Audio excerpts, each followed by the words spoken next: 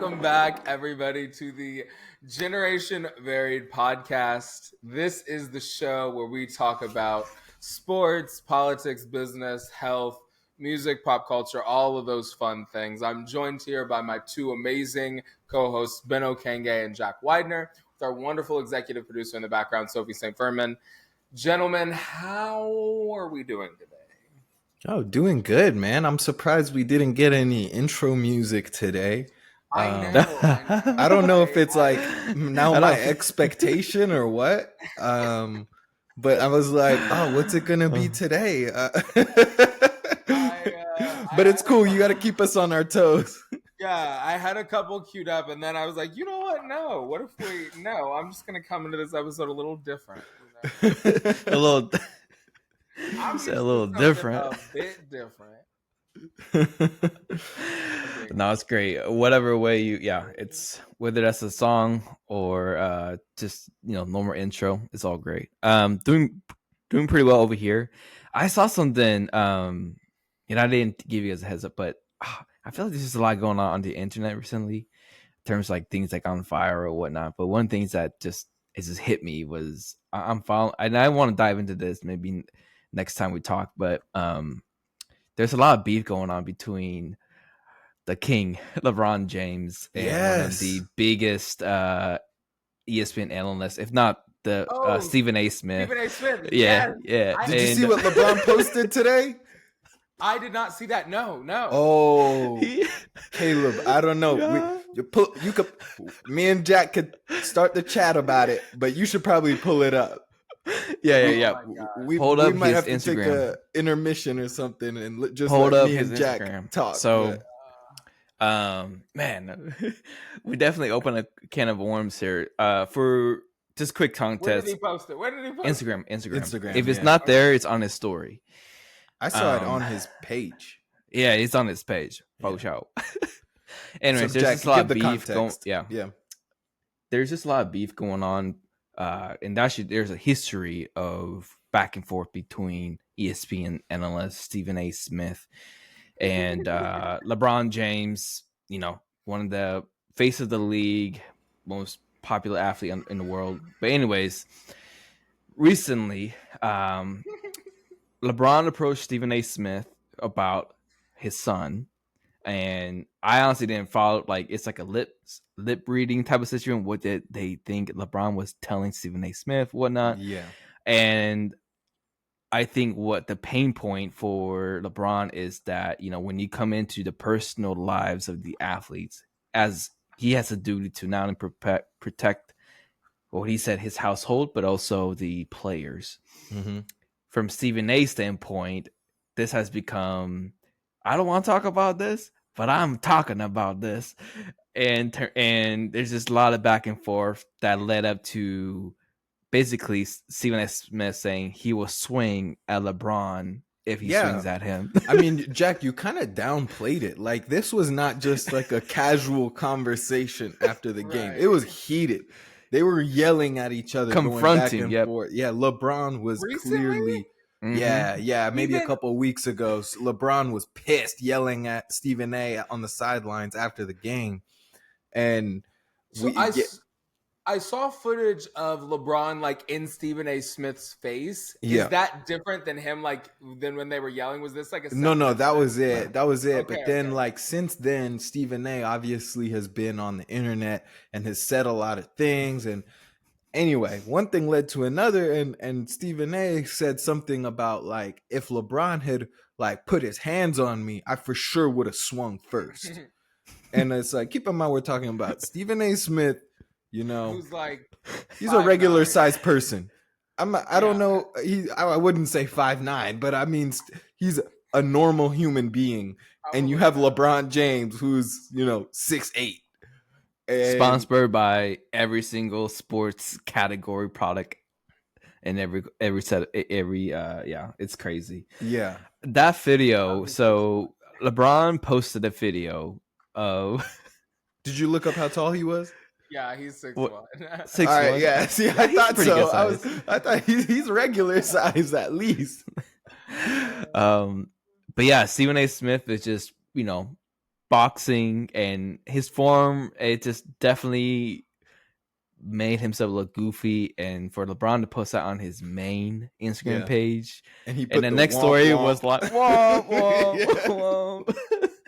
So it's just funny because I feel like I haven't seen LeBron really go at it with a really top analyst. And, you know, because you can say Stephen A. Smith, all he is doing is promoting the game he loves. And LeBron as well, you know, but there's just been a lot of heat. This is, I don't know. I don't think any of his comments were like, at least I didn't think any of his comments were like direct attacks against Bronny or anything like that. He was talking about his game, which is like, he's a sports analyst. Like, that's his thing. So, yeah. And I mean, at the end of the day, like, their job is also partially to say controversial things, or at least say things that are worth having a conversation about. He's not just gonna be saying the exact same things that everyone on the internet's already saying about Bronny. You know, he know has what to he said provide today? some kind of a unique take. What was it? He said something last night that I am, and my jaw dropped. He said, Stephen A. Smith said, I never brought up the fact that you weren't at Kobe's memorial. Oh, what? So wild. That is crazy. Or I never brought up the fact that you weren't at Dwayne Wade's Hall of Famer, you know, reception. Yeah.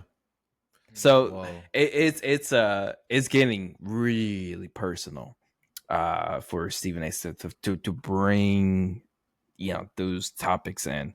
Anyways, it's just viral stuff, and if anything, you want the fun side is look at the NBA's reaction, like the players, like go do Kevin Love, former LeBron James teammate. He is just putting memes after memes. He is on Kevin Love he's already an internet troll though. Yeah, he is trolling. He is just hitting. I love Caleb. Yeah. Sometimes I'll be scrolling through reels on Instagram and I'll find like a random reel that Kevin Love comments on, and it's always just like a trolling comment. Yeah. Definitely you two should go take a look at that. So I don't know. I probably bring that up just because I feel like there's a lot of things going viral at the moment. And there's something else going on viral, but before I get to that, Ben, I haven't even gotten to you two yet. Like, how are you two doing? Oh yeah, no, I'm doing good, man. I've just been real busy with my research and studying for my boards. I'm like 1 month out now from my boards, so it's getting to be crunch time. I'm probably way behind on my studying from where I should be, but it's all right, man. I thrive in the fourth quarter, so. Caleb, how are you, bro? Dude, I'm doing good. I love that. That I thrive in the fourth quarter mentality. I know that's right, man. Absolutely. Maybe it's a cope. Maybe it's not. We'll see. Either way, pal, you got to bet on you. You got to bet on you. You got to bet on you. Am I correct? Absolutely. Always. You got to bet on you, pal. Yeah, no, I'm doing good. I did bring something today though, and something that I wanted to. Oh, put up front cup. Oh, Dubai. We got a little. Damn. A little Dubai chocolate. I haven't tried it before, and I'm so glad you got that. Because what is it in the middle? Like what makes it stand out? Give us a little breakdown. More about it than I do. He been knew about it apparently. Ben late to the game. I guess I was ahead of the curve. No, maybe you weren't late. Maybe I was just ahead. I don't know, but the Dubai chocolate. Ben will forget sometimes that he has such an international perspective and that he's way more cultured than the rest of us, and he'll be like, "Oh, you mean you didn't know about this fine chocolate delicatessen that the rest of the world has been enjoying for years?" That is the energy that Ben. That's funny. So, it finally made it to US. It's been popular overseas. Okay. Yeah, the Dubai chocolate. I think really what makes it like unique is filling. The interior, it's the exterior I think is just regular milk chocolate, but then the inside is filled of pistachio and I don't know how to pronounce it, but I think it's like kunafe or something like that. Wow. And it's like basically the Yo, texture is what I like. Can you crack it in front of the Yeah, that's what you really got to do. Okay, listeners? You gotta get on YouTube with this one. Yeah. Okay. So I'm gonna crack it. I'm trying to like get it in like the micro. Oh yeah, I can just raise the microphone. But yeah, ASMR on this for sure. You can't. Oh It was wow, super quiet, I feel like bro. that honestly speaks to the whoa. Ooh. Okay, Okay, what's happening is he's pulled like a string cheese type of effect This is right my now. first It's not like a crack, Jack's like a crisp chocolate. helping out the listeners. This is my first bite here. Caleb, I'm excited for this reaction because I know how you be getting excited about things, and then you try it, and let's see. It tastes like a Kit Kat bar. What are y'all What? talking about? I knew you were gonna be underwhelmed, bro. I knew it. Do you like pistachio though? Yeah. Yeah, me too. See, that's the thing. That's why I wasn't understanding why this is going so viral. Like, it tastes good, don't get me wrong. It's chocolate and pistachio. How can you hate on that, right? Like, it's a good combo. But like, I think the hype just doesn't make sense. The texture, super unique. That's one thing I'll say. I like that. I'm a big texture guy when it comes to food. But aside from that, like, I don't know. It doesn't seem anything that crazy for me.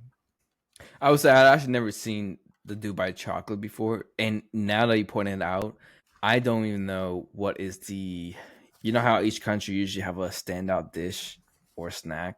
Mhm. I can't really pinpoint what that is for Dubai, and that's just because I haven't been exposed to a ton of the food there and whatnot. So when you brought up like Dubai chocolate, I'm like, that sounds like luxury. And you said Mhm. pistachio, I'm like, it does sound great, like I've seen images that it's just like they're just showcasing how it's overflowing, like the pistachio. Yeah. Do you feel like it's like chocolatey or like it's just like over the It pistachio? tastes like a Kit Kat bar. It tastes like a cut up Kit Kat bar on the inside. Dang. I would not go out of my way for it. I'll tell you that. Yo, next time I go overseas to Taiwan and then to Japan, I need to pick up some like Kit Kat, but like the flavors from there, like have crazy matcha, flavors. yeah. We're doing 3 podcast episodes next year in Taiwan. Hey, That's what we gotta do. hey. That's me manifesting, just so everybody knows. Planting No seed, actual bro. Dude, plan. I had some people coming up to me recently, like, "Yo, when we going to Taiwan?" I'm like, Dude, "Yo, I'm that's dying a to go now. that's a big commitment, yo." Jack, that's what you got to do. We were just talking about it, listeners, before we hopped on. Jack, I'm going to put you on blast. Jack got married without telling anybody and didn't have a wedding. And so now Yo, I'm telling we him eloped. he's got to run it back. Yeah. Eloped. That's We what they eloped. call No. it. But I think you got to have a wedding in Taiwan and everybody's got to come. That would be hype. That'd be crazy. I think what Beck and I had talked about, like anniversary, whether that's 5 years or the 10, like those, milestone ones.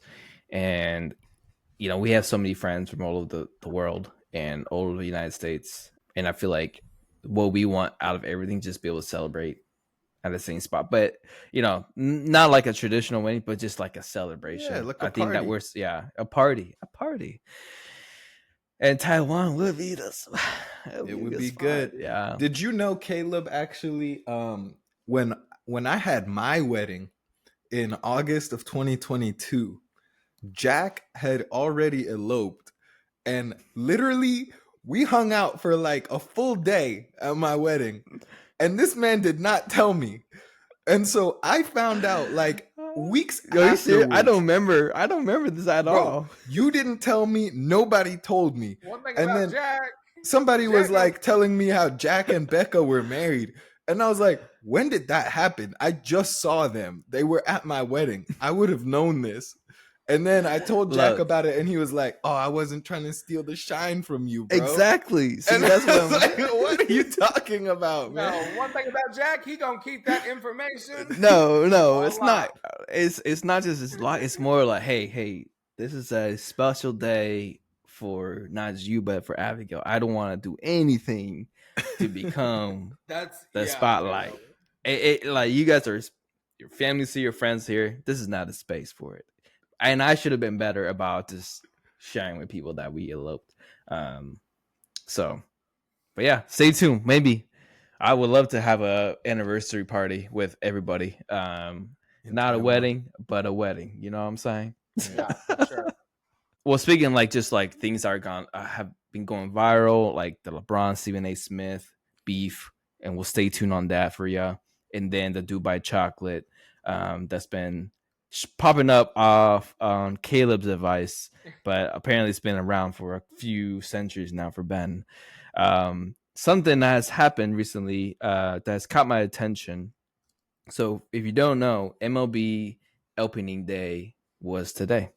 Shout out you New York Yankees. I know I'm wearing the Mets colors, the blue and orange. I'm not a Mets fan. I'm a Yankees fan, and we already got a dub. But one thing I don't know, when it comes to like a new season for each property, whereas NBA, NFL, MLB, as somebody who's been working in sports marketing for a few years now, I started looking at sports a little bit differently in terms of like how do you solve your biggest problem? And MLB, what I think the biggest problem for them is getting new audiences. It is a slow sport. If you want to see your favorite player, you only see them for 5 minutes because they're not on TV the whole time. They're either in the dugout waiting to bat, or they're in the outfield or in the infield, but they're not even on TV. It's a slow sport. It's an old sport. It's a very long game, 3 hours. They're already trying to cut it down. Like, how do you find ways to get new audiences? Because one thing about MLB is their fan base are very strong. Mhm. Their existing fan base is very strong. It's an identity based sport. So when you meet baseball fans, you probably realize like, why do you're actually a very hardcore Boston Red Sox fans or New York Yankees or Chicago Cubs. Most of the time is because there's a lot of family ties to that. Whereas if you watch NFL or NBA, you're watching every single team. But when it comes to MLB, you're only watching your team. I don't go out of my way to watch the Dodgers. I don't go out of my way to watch Arizona Diamondbacks. I only and solely support the New York Yankees. And it's so difficult because there are so many games that they play. Yes, Too many. it's a long games, season. There's nothing as I actually talked to somebody from work. It's like there's nothing at stake. It feels like you Mhm. could win a really important close game, and next day you're literally annihilating them in the game. Whereas NFL is every week and literally feels like it's on everything is there's a stake in everything. Yeah, every game matters a lot. Right. So now you have this problem, this product. Like, all right, how do you get fans involved? How do you introduce it to new fans? And one thing I think MLB's was so difficult by the problem is that they need to target younger audience because their fan base are just growing older with them. So where does that bring us? MLB is heading into a new season, and they just came off what I think is a successful year. How they continue to do that? They already done two things I think that is really honestly incredible. First is they had the two opening games in Tokyo. They call it the Tokyo Series. The biggest athlete in the league is Shohei Ohtani, and they played it in the Tokyo Dome, which I've been. It is incredible. Tokyo Japanese fan base is just something else. So they started this off 2 weeks ago, and in the lead up to today, they announced the MLB anime. They are putting together a series. Like a show? It sounds like to be a show that will highlight big time athletes, like promoting individual like Shohei Ohtani, New York's Aaron Judge, the Mets, Juan Soto, and just creating really just like an anime story centered around them in the city. And I find that really interesting because this is in my opinion, probably one of the smartest things I've seen MLB done when it comes to reaching younger audience. You're reaching people in US, in Japan, and UK, and now, the rest of the world. What this reminded me of when I saw the videos they released yesterday, this trailer of the MLB anime, it made me, Ben, you might remember this, Caleb, you as well. Game of Thrones, NBA, like the 2015s to 2018s. Oh, the Game of Zones. That's Game what of it Zones. was. Yeah, Game of Zones. That was so dope. I love that. What that was is NBA, inspired by Game of Thrones, turned each of the NBA teams into a region. So you got the House of the Spurs, House of Lakers, and whatnot. So you got Lord James, King James. You're putting Middle Earth into NBA, and they're wearing really cool stuff.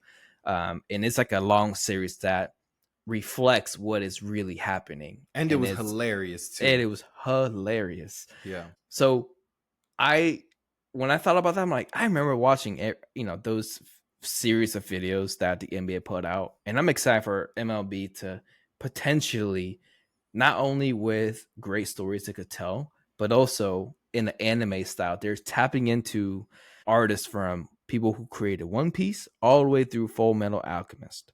So they're tapping into the pros to create these series of promotional videos. So I'm excited to see what's going to happen. I'm not saying this is going to be a resounding success.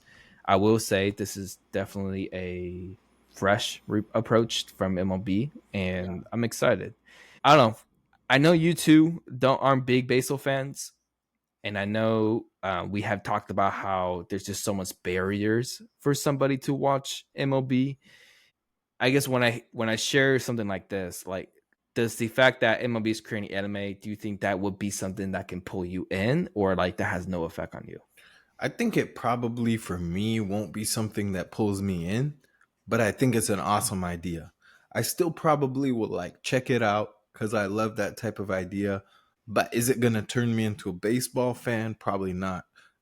But that they don't need that. Like if you think about a massive organization like the MLB, they don't need everyone to become a fan. They just need a little more engagement. And I think this can do that. And especially like, a big part of the reason why this like current generation can't watch baseball is because we're like this TikTok generation, like no one wants to sit and watch a baseball game for 3 hours and nobody's hitting the ball. It's just strike after strike after strike, like we live in this fast-paced world now. And I think it's just this culture shift that, is making baseball a little bit more dated. So with this type of strategy, I definitely think it can help them stay a bit more engaged with people who wouldn't otherwise be. No, great. Yeah, I love that. Yeah, I think it will not make me watch it. No, I won't. Are you an anime fan, Caleb? Just slightly off topic. Are you an anime fan at all, or like? No. So then that's why like it's a miss for you regardless. Okay. No, I saw this one anime with my roommates in Brooklyn that I did like, and it was about this like little blob, like black creature that had to like go on a quest with this like prince, and they had this sword, but this like little blob was like a little. It was like this a little sounds circle like on a the Studio ground. Ghibli. What? It was crazy, but apparently it like won all these awards because they like learned. It won like like anime of the year or something. Like, say what? And like I watched anime and I don't even know what you're talking about. You'll know. It sounds like a Studio Ghibli kind of. You'll know it if I pull it up. But it was that one I watched. I was like, okay, I could get down with that because I thought it was good storytelling. But I don't know. I need to laugh. You know what I'm saying? Because from my perspective, the world has enough. That's the reason why I don't watch no true crime. People be like, "Oh, I'm over here watching true crimes." I like to see them people with all that blood in that room splattered. That's not for me, baby. Because that's on the news. You know what I'm saying? It's like I could. You don't watch Criminal Minds? I do not CW. I do not get into Shout out Criminal any of Minds. that. I do not get into any of that. I don't get into any cop shows. I don't get into anything about jails. Like I don't do any. I don't want to, because that is our real Yeah. life like world. And like I did prison ministry like in church for like years. So it's like not years. I did it for like, I want to correct myself. I did it for like 6 months, but I was there in the prison, and it's like I can't be watching no shows entertaining myself. Like once you've done it, it's like I don't know. What about like Beyond Scared Straight? Is that a prison show you could do? You ever watch that? I only know the SNL skits. I said sit down. Them. I used to be watching that, man. Wow. Yeah.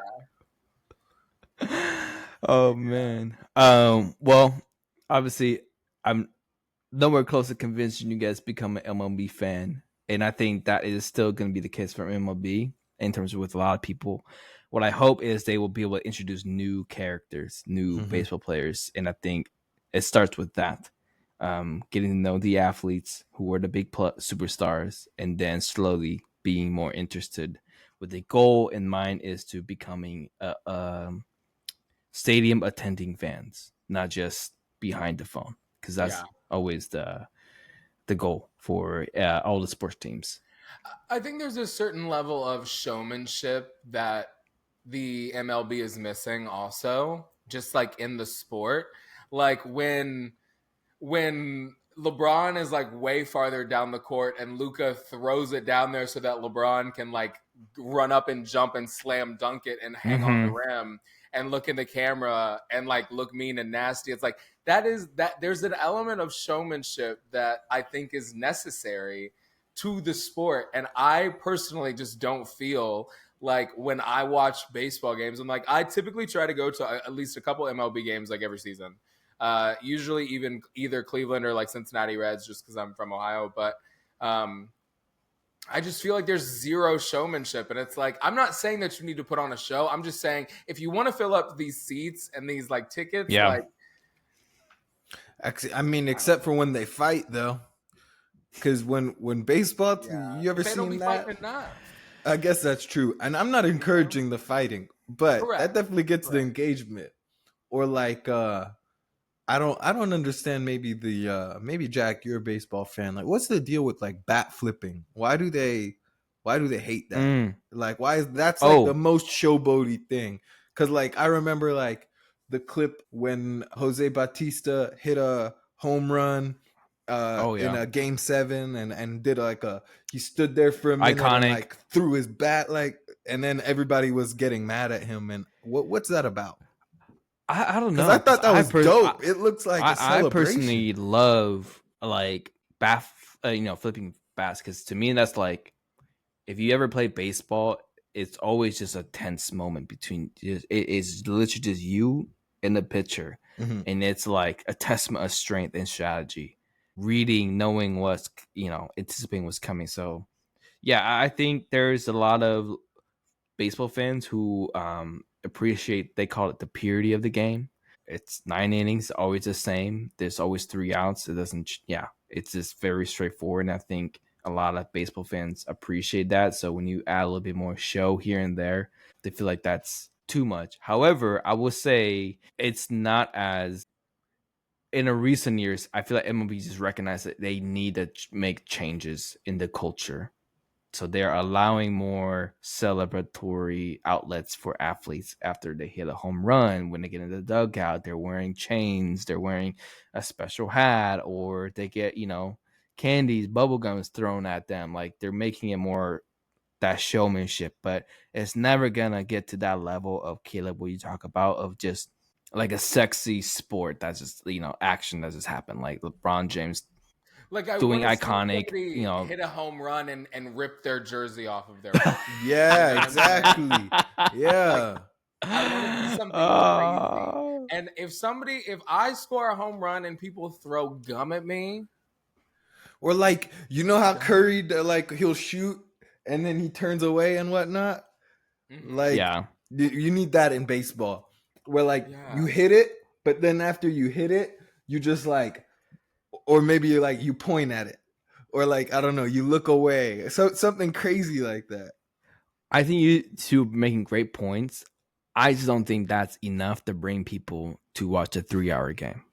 Yeah. Like that is still the issue. I think the game itself. And you do bring good points though. Stay tuned. Let's see what this MLB anime is about though. I'm excited. For sure. Well, last week we were talking about I was talking about kind of the topic of experts.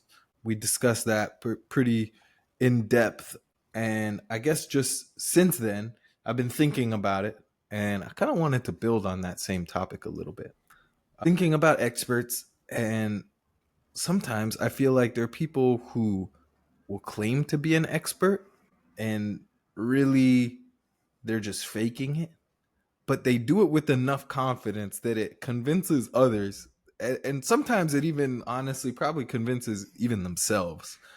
And it just had me thinking about this whole expression of like fake it till you make it, you know.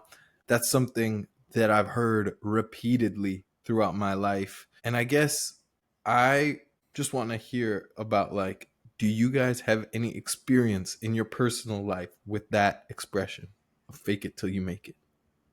I think when I think of fake it till you make it, I think it's like good to do that with things like, well, here's the reason why I kind of believe in the principle. And it's because when you get down to it, most people are not actually listening to the words that you're saying. They are responding to you based on your phonetic sounding, your appearance, your vibe. If they ate lunch that day, if they had a good night of rest that day, like there are a ton of other things that go into how people perceive you. And Mm-hmm. so all of that to say that I think that that isn't, for example, like artists, right? It's like Doechii didn't become Doechii because you know she had all of the answers. No, she was saying, no, I think my music is good, I know I'm a star, I'm putting myself out there. And she sort of had this like fake it until you make it mentality. And so I Mm-hmm. think it works, especially when people are looking to things that are more subjective, right? Like your energy. So like in sales, I think fake it till you make it works a lot, because it's like for a lot of it, it's like it's subjective and people are responding to cues. They're responding to how you're positioning yourself. They're Mm-hmm. responding to how well can I trust you based on how you're presenting, right? And so building that trust, I think, like with people comes from being able to, I think, be yourself. But all of that to say that fake it till you make it, I think, makes sense in some arenas, and in Mm-hmm. others it's a terrible, terrible, terrible thing. Yeah, I think where I see fake it till you make it a lot is college. You're obviously just around all students and whatnot, and you start to see, people take on personality or take on you can call like a ego role, just like, oh, that feels out of alignment, but you're trying to be somebody. And I think it can be good, kind of what Caleb said. It could be good and could be bad. A simple example is you dress how you want to get paid. Yeah. Mm-hmm. We I'm sure a lot of us, that's a very common one, but there is something about what just thought you took a bite of that Dubai chocolate. He's back for more. I'm weak. Snack, you know what I'm Yo. saying? I just needed me a little nibble on the podcast. Yo, that killed me. Oh. Anyways, back to what I was saying. Like, there is something about, when you head into a test and you dress up a little bit nicer, like, it does give you a boost of confidence. But it's only to a certain extent. I think when it comes to my life, like, an example of where I have fake it till I make it is when I interned with Southwestern Advantage. Essentially, what I did, I sold books door to door during the summers and building confidence, learning how to set goals and self improvement, but also learning how to overcome a lot of my fears. And one of those things is, when you go door to door as a college student in the middle of a town, and there's a lot of fear. So what we are coached on is to have a positive self-talk with ourselves. And one of the most common things they would say, like, it's going to be a good day. And that is something I know I say a lot, even though I don't feel like it's going to be, whether I didn't want to go out to work that day, or it's raining and I'm walking, or I heard 30 people tell me no, and I'm still going to say it's going to be a good day. But there is something about like speaking to your subconscious. So, Jack, in those instances, do you feel like saying to yourself, today's going to be a good day, do you feel like that's faking it? So I had to learn, for when it comes to positive self-talk, you need to figure out what works for you and what doesn't. Saying it's going to be a good day for me doesn't work.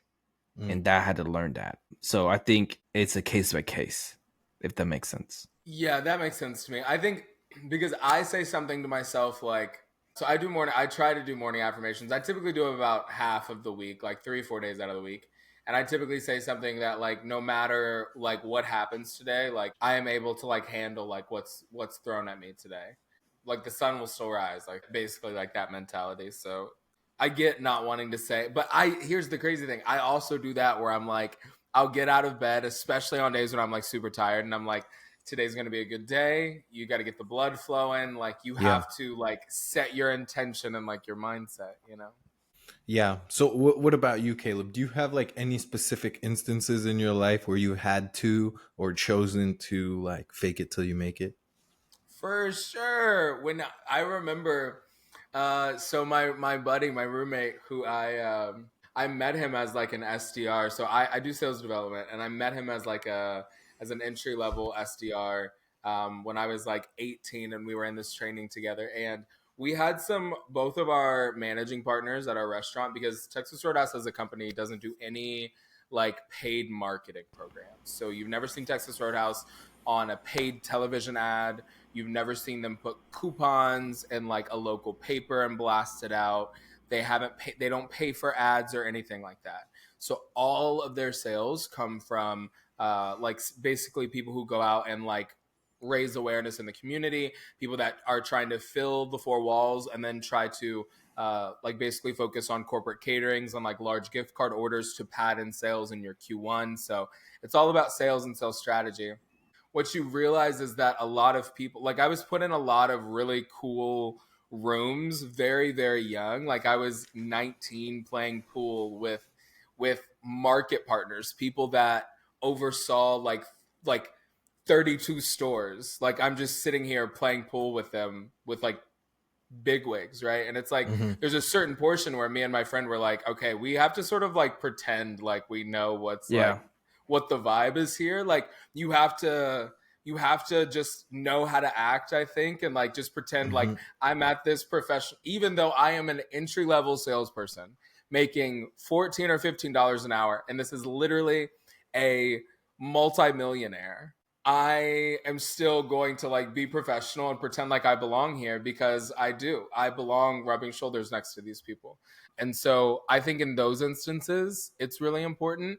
You have to bet on yourself and believe in yourself, especially like when you come from, like I tell people all the time, I am the descendant of slaves and coal miners, and that poverty mindset, when you come from poverty mindset, it's like sometimes you do have to fake it and not let your insecurities show. You do have to put on a brave face sometimes. And like, even though you might not be confident, you can't let people see you sweat. And so I do think there is a certain extent of like, if you're going to get ahead, you do have to fake it sometimes. There are times on Monday mornings when it's the new week and it's like, I am dreading going into this week because maybe I'm tired or my week didn't go the right way. But it's like, I've got 8 people that rely on me on my team that I lead.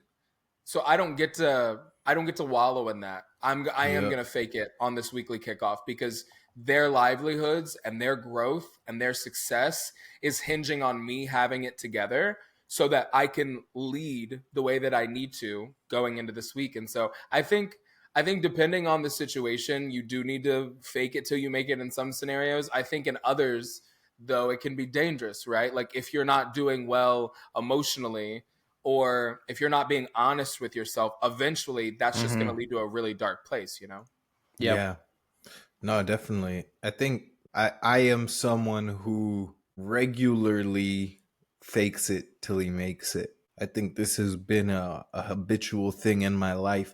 But I think that, like, one of the things is that if you feel like this is something that you have to do, like, on the same topic persistently. So let me give a personal example. So within the field of physical therapy, there are very frequently going to be times where someone shows up to you with a problem that you are struggling to diagnose.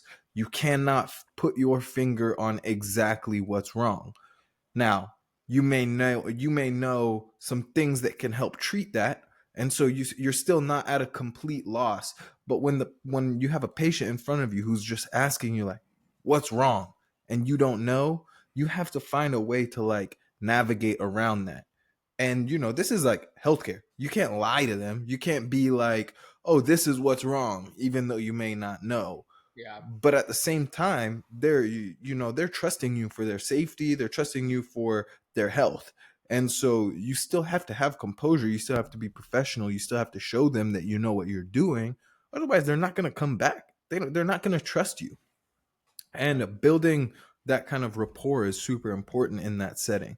Now, say you're in that situation, you do a little bit of faking it till you make it. You do a little bit of blurring some lines to show, like, hey, we're just going to get you started on this treatment. I may not know exactly what's going on right now, but we'll get to the root of this with some time and some consistency, right? If you do that and you are faced with the same type of scenario time and time again, and you find yourself in that same position that you have to be doing that, there comes a point where that's on you, man. Like, you got to go study up. You can't keep faking it. You got to go figure out what you're missing. And I think that that's one specific example, but it applies to so many other areas. If this is a habit for you, if you just fake it every single time, if you wait for the last minute to do your this project that's coming up, and you just BS together something that's not of high quality, and you get by, and you repeat that every time, you're not growing. And at the end of the day, you're lying to yourself and you're lying to others. So, like you guys have mentioned, it's like it's a fine line. It's a delicate balance between trying to build some self-confidence, but that self-confidence still has to be, like, rooted in something. Yeah, it has to be found in some kind of truth. The most important trust you got to build is with yourself. Yeah, I think, Ben, when you are faced with something like, hey, I don't know what the answer, or I do know the answer, but this isn't working, let me try to find another one. Like, for example, like, hey, when I say it's gonna be a good day 50 times today, it's not working. Okay, what's going on? Oh, I'm focusing on myself. Let's switch that up. Let's focus on, like, hey, I'm gonna make this person's day the best part about the day.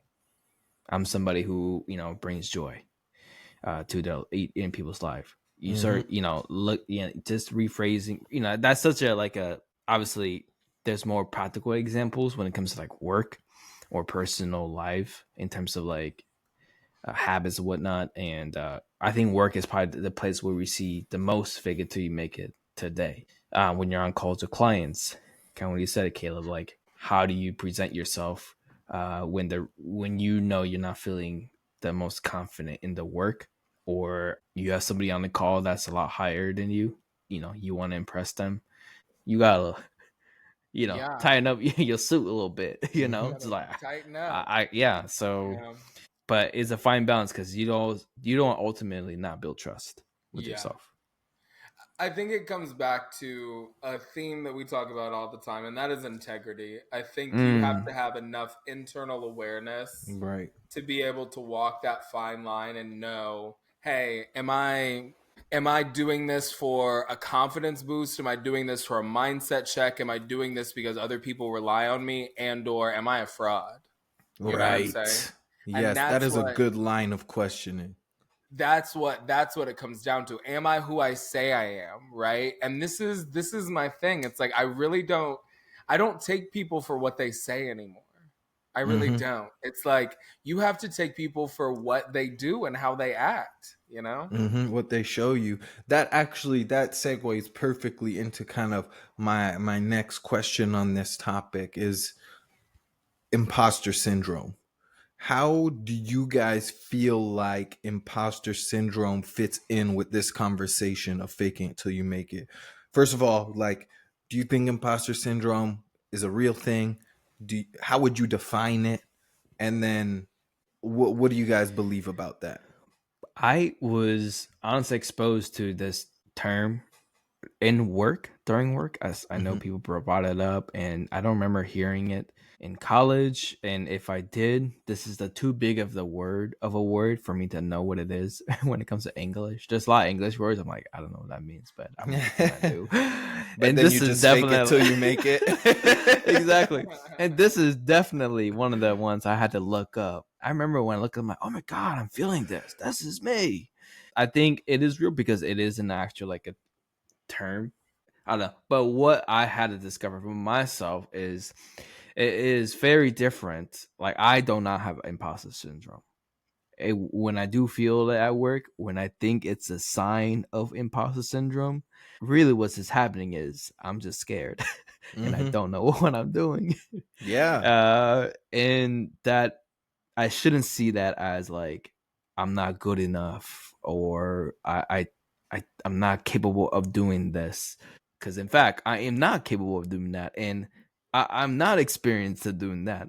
So that's why I'm here. You know, I need to find. You know, we have this thing in our work. It's like we gotta continue to create space for people to fail. Yeah. That's the only way you grow. And when you're in a process of failing, like it's a natural thing to feel well inexperienced, you can say, or like not confident. And these sometimes get mixed up into like, oh, this is imposter syndrome, if that makes sense. I think it's also comparison is a thief of joy. That's another thing. Like when you look at other people's blueprint and make it your own, that is a very dangerous thing to do because everybody's like Caleb, your blueprint is very different than Ben's. Your blueprint is very different than mine. I shouldn't look at your life and set it as my own blueprint to follow. Like everybody has their own. That's not like a thing you'll learn overnight. It's one of those things like you heard people talk about it, but you kind of had to experience it too. You know, you can also just learn from other people's mistake, but I feel like that's also not as common too, if that makes sense. That's very common for me. I be learning from other folks' mistakes all the time. I be like, damn, you really did that? Ooh. I don't know. That's how I define it. How would you guys define it? And do you guys experience it or something like that? I have never said, let me just say this. I have people that I love that are near and dear to my heart that have made the statement, oh, you can't tell me nothing. I got to make my own mistakes. And I remember people would say that. I'd be like, oh my God, not me. Not me. I can see I will learn else. from yours. Yeah. I can see somebody else out there on that ledge and say, no, baby, that's okay. I'm gonna go this way. Don't you worry about it. That is not for me. I do not need to make my own mistakes. In terms of imposter syndrome, though, I think that I don't remember the exact ratios, but I remember in Dr. Zonio now, when we were taking a course on inequalities, we were talking about the perception of qualification by demographic. And basically said that within an American context, white men will apply for the job if they match 33%, 33 to like 42% of the qualifications. White women are at 50 to 60%. If they match half or more, they're going to apply for the job. Black men was like 65 to 75%. And black women, in order for them to feel qualified enough to apply for the job, they needed to have 80 to 90% of everything required before they would even apply. Wow. And so I think a lot of imposter syndrome. So there's literal imposters out there right now. That's a whole other topic that we could talk about. But Can of I worms think right in there. general, your perception of yourself and where you actually fall can be heavily altered and weighed based on how you were raised, your culture, what Mhm. environment you're in, all of those things. And so I think it's important to, this is the reason why I believe in like a light, like instead of having one mentor, like you need like a field of people that can speak into your life, that have good knowledge, that you trust, that you want to exemplify your life, that they can say, no, you're not a fluke, you're not a fluke, Yeah. and can validate, can help validate you. Yeah, I definitely think that's important. But I think to qualify that, to add to that, those people need to be people that you know you can trust. That when they're telling you you're qualified, it's because you're qualified, not just because you're friends, not just because they like you, not just because they need something from you, but Yeah. because they genuinely are supportive of you where you are at. And they better be the same people who will tell you like, nah, you are not ready yet. You know, that balance is very important. And I think because of that, I think I agree with a lot of the things that both of you guys said. I think imposter syndrome definitely can be real, but I think it's very rare. I think more often than not, it's just it's just insecurity that people don't want to admit is insecurity. Mm. They want to put this disguise on their insecurity and call it something else, so they call it imposter syndrome. Or like Jack said, it's inexperience. It's I've never been in this position before. This is Yeah. new to me. I'm still learning. And that's okay. But don't call it imposter syndrome. Like save that for the times where something is wrong. Mm-hmm. Something is out of place, where you genuinely are in the right place doing the right thing and something still feels off. That to me would be kind of how I define true imposter syndrome. But like I'll never forget when I first came into physical therapy school, and some of our professors and our faculty were telling us like, so many of you guys are like feeling imposter syndrome right now. You're all new in this program, and a lot of people get to this point in their academic career and they feel like, oh man, I'm faking it, like I shouldn't be here. And like that try to give us this kind of affirmation of like, no, like that's just imposter syndrome. Like you guys know the stuff. You guys are doing the right thing. And it's like, no, we don't. That's why we're here. This is an education. I better not feel like I know everything. I better feel like I'm inexperienced because I am. And I remember that just like put a sour taste in my mouth of like, why are we talking like this? Like we're supposed to be qualified. Like we aren't. And that's perfectly fine. I just think that Mm-hmm. sometimes like people are not okay with that fact that like Yeah. sometimes you are not prepared. Sometimes you are inadequate for the position you are in. But that's okay because you can still rise to that occasion. You can still learn, you can still grow. Um but that responsibility is on you. And if anything, saying like, oh, I just have imposter syndrome, is you're just delaying that process. Like you're just pushing it back and preventing the real humility that you need to have to be able to say like, no, I need to shut up and admit that I don't know what I'm talking about right now. I feel like that's something I can definitely spend another 30 minutes talking about. Is I feel like more people need ownership in their life. And yeah, I think, if you're somebody who thinks they have imposter syndrome or just like feeling experience, I feel like one of the best things I've heard recently, and I have like this written down on my sticky note next to my monitor, is, do it scared, and watch your confidence follow. Yeah, Do that's it deep. scared. Do it scared. You are gonna die one day. You will die. And Okay. it's not gonna be from being a little bit scared of No. Yeah. not knowing One what live, you're yo. doing. Perfect transition here. Speaking of death, Oh Lord, I must say. we I wanted to talk to you guys because I saw this video on Twitter and I had it saved for our listeners, and then the person privated the video. Boo. But it was this older lady that was talking, and her husband had passed, and they were at the gravesite, and she said, I just want to throw it back on him like one more time. Oh, What? oh, And so somebody oh! He's in the Define, casket? define. Throw it back. he is For those who don't getting know. ready to be Oh, wheeled wow. down into the ground. Okay. I love this. And This movement. they are getting ready to put him, lower him. Okay. Her daughter or somebody pulls out a Bluetooth speaker and starts setting it up.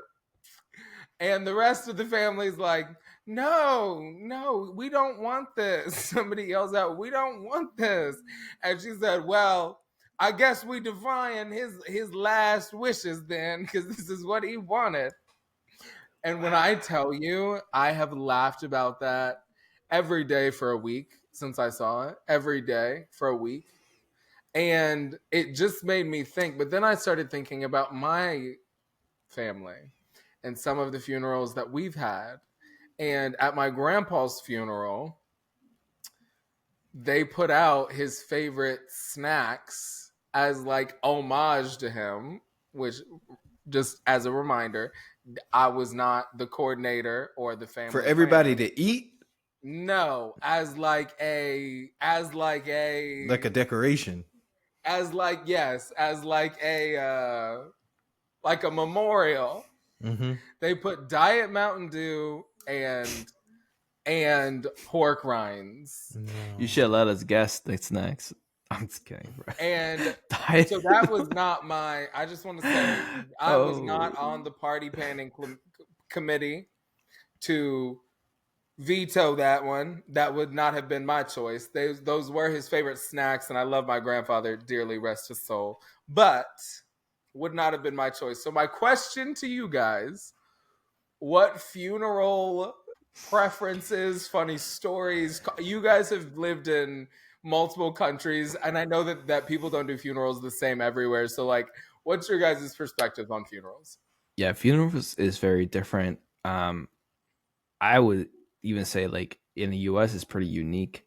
And I don't know, the way I see funerals growing up, like when I watch Hollywood movies, I'm like, man, funerals in America are cool because it's like you fold the American flag and someone's shooting the gun. It's very like black umbrellas. Like that's all the funerals I've seen on the movies. But it's totally not that. For many families and the funerals here in the U.S. But I will say the funerals in Taiwan is very different. One of the biggest religions is Buddhism, just praying their ancestors and whatnot. I'll even argue like it's so big you will know who dies in your little town.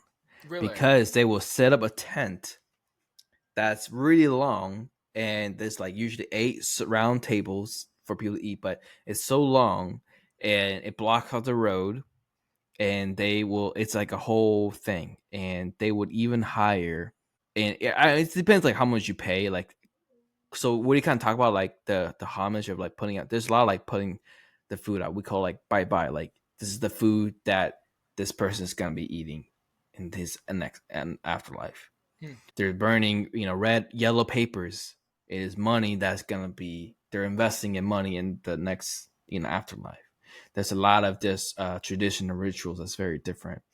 But one of the things that to me is very, I don't understand and I don't get it, is they would hire professional criers to cry for the family. Yeah. And it's like gut wrenching cries. It's not like just wailing. Like, yeah. Wailing. Mm-hmm. And it's on mic. Yeah. It's on mic for people to hear. I've seen that. I didn't know they did that in Taiwan though. Yep. They did it in Taiwan. So yeah, so they will, show up to the funeral. They would, wail. They would cry for the family, and So it's a very, the thing you do together with the town, and there's usually like a big meal that follows afterwards, because you're honoring their life, and there's usually music and whatnot, and so yeah, so it's not usually in the church, obviously for those who are, Christians. A lot of the funerals I've been in is in the church, but when it comes to Buddhism and honestly just like local Taiwanese people who are, who aren't Christians, or they would just have the funeral on the street, like a tent set up, and it's like decorated, and yeah. And then what's also really cool about Taiwanese culture when it comes to funeral is we go tomb sweeping every year. So I grew up going tomb sweeping all my life. And what you do every year, you visit where your family member or friends is buried, and you gather as a family and you clean like where they're buried. Mm-hmm.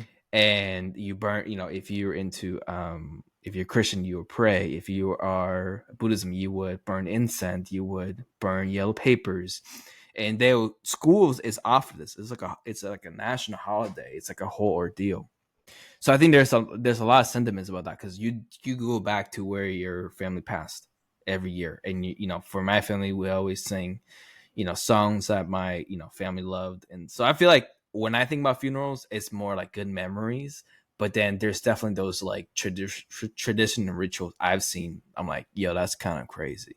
Yeah. And when I come to the US and I'm learning, there's a lot of things that I guess, like, for example, Black funerals, like people always dance, or people is always, it's a party. I'm like, that's very, like, I didn't know that. And that's very different than the funeral that I grew up going to. So I just think every culture has a very different way of how they celebrate or grieve. Yeah. Yeah, I would say that funerals in East Africa are like, how you were talking about like the professional criers, like the wailing and stuff. That's how the funerals that are in East Africa are, but not with people that's hired.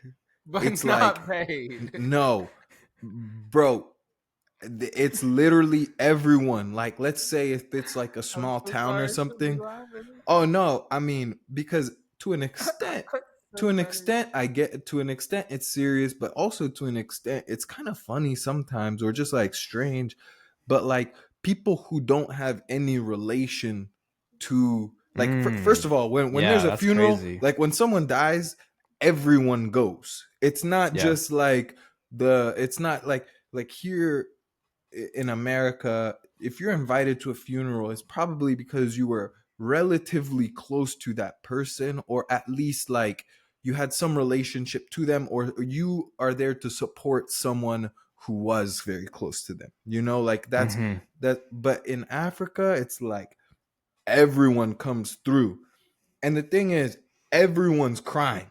Everyone's going crazy. Like, it's loud. I wish I could show you some videos, man. But That's like, so interesting. and I get the part where like coming together to like the support, like you're supporting the community because of the mhm. collectivist culture and whatnot. Yeah, But but the wailing, wailing for everyone. someone you don't know, Hmm. like you could have been easily in that situation, Ben. You Oh yeah, oh yeah, bro. I'm saying it's wild. And so there's stuff like that, and then also just like even different parts of Africa, it's different. So like that's just kind of where I grew up. But I don't know if you guys saw like back like in 2020 or 2021 when there was that like meme that was going around, the viral meme. Oh yeah, Or like, yeah. I think it was like a Oh where they were yes. like flipping the casket and doing all this crazy stuff. Yo, There's I people who really forgot be doing about stuff like that, because I one forgot thing about about that. Africans, bro, if there's an opportunity to be theatrical, they're gonna take it. They're definitely gonna do it. I Definitely. forgot If about there's a that way you can stand out meme. and be flashy, they're gonna be flashy. So that kind of thing, there was no surprise to me when people were like, everyone was posting that stuff and it had the music and everything. But like for me, I was like, yo, yeah, no surprise. For sure people are doing Wow. that. I just think for me, and we don't have to talk about this no more because y'all went a little deep, and I was like, No, I definitely want to talk about the funniest part, but I just think that it's so different. yeah, The funeral is just so different. But if we want to do the commentary on tell us about more about I I just guess want to say, the funerals in the U.S. Yeah. as I cross over into the afterlife, I shall ascend into my pettiest form. And there will be a strict list of people that are allowed in and people who are not. Okay? There will be a strict and enforced dress code. Yeah. I don't want to see Shoot. I don't want to see any black. Just wear something colorful. I'm on the other side in a better place. I don't want nobody preaching about hell at my funeral, okay? Don't get up there talking about, and if you don't make a decision tonight, Yo, that's one thing that I found Wow. really crazy is like, dude, is that an American thing? They use it as yes, like an it's opportunity to evangelize. And it's like, people, brother, now is not the time. and if you're not right with God tonight, this so and so, brother so and so knew where they were going, and that's why we have peace. Wow. That's why we have peace. But if you don't know, we're gonna open up these altars for y'all to come down here and get saved right That's now. crazy. It's Right now, listen, Sister man. Diana, play that one song that I sing in G. That's crazy because, like, yeah, I get it. Share the gospel, right? But there's a time and a place for everything. Now is not the time to be talking about is your soul right with God. Oh, that's low key cringy. I think like the last 10 funerals I've been to have been like that. And I think, well, actually the exact last one that I was at did not do that, but they did like give a nod to God, which I think I'm all about. Do your thing. But I do find it just like so cringe when people are like, when people try to use it as like, if you don't know that you die and go to heaven today, like you are, I can't stand that stuff. I really can't. I think another thing is like depending on funeral culture in America is very it genuinely is like region by region, culture by culture. Because Totally. there are certain things that Appalachian Americans do. There are certain things that Black Americans do. There are different traditions that different people like have. But I think the grandstanding of funerals to be used as like a salvation moment is I think it's one of the more negative things that can be done, like using that space for, you know? Yeah. The only thing sorry, Jack. I was gonna say, the only way I feel like that's appropriate is if the person who passed requests, like, hey, honor. Well, I don't know. Now I'm thinking about what you said at the beginning when the last wish is to somebody throw it back on them. Do we want to honor that? I mean, what is your last wish, Caleb? What's your last wish? My last wish? I don't know. I don't know. I don't know. It would be something like petty, but like good for the world. You know what I'm saying? I think honestly, I've always had it as a life goal for myself to have a library in my name, like a big beautiful library in my name. That's so nice. That's like if I leave money for something, I want a beautiful library. I want it to be the W. Norris Library. Wow, that's great. Like that's great. That's Leave your legacy in that way. Yeah. Well, as always, listeners, thank you for joining us today. We hope this episode brightened your day. I know we talked about funerals, but hopefully you learned something and you still enjoyed the conversation. We really appreciate getting to build this community all together with you. If you enjoyed the episode, rate us 5 stars wherever you're listening to this and send the episode to a friend. Follow us on social media and always feel free to shoot us a DM or an email at generationvaried@gmail.com. about future topics you'd like us to discuss, or any other feedback. We could not do this without you, and we look forward to being back together next week.